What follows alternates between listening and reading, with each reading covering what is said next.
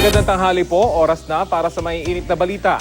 Hindi na po matutuloy ang mall voting o ang botohan sa malls. Ayon sa COMELEC, kinansilang mall voting kasunod ng pagboto ng mas nakararami sa COMELEC and Bank kontra sa pagpapatupad nito sa gitna ng mga agam-agam. Sa panayam ng programang News to Go kay COMELEC Chairman Andres Bautista, sinabi niyang sa botong 4-3, nagpa siya ang NBank na hindi muna ipatutupad ang mall voting para sa eleksyon 2016.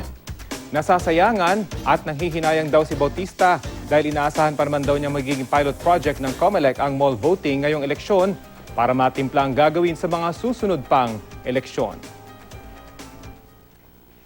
At ako nga ay medyo nalulungkot at lalong-lalo na po sa ating mga botante na sana kahit na paano matutulungan natin pati na ang ating mga senior citizen, mga PWDs, na lahat sumuporta. Ang dami po namin public hearing na ginanap tungkol dito.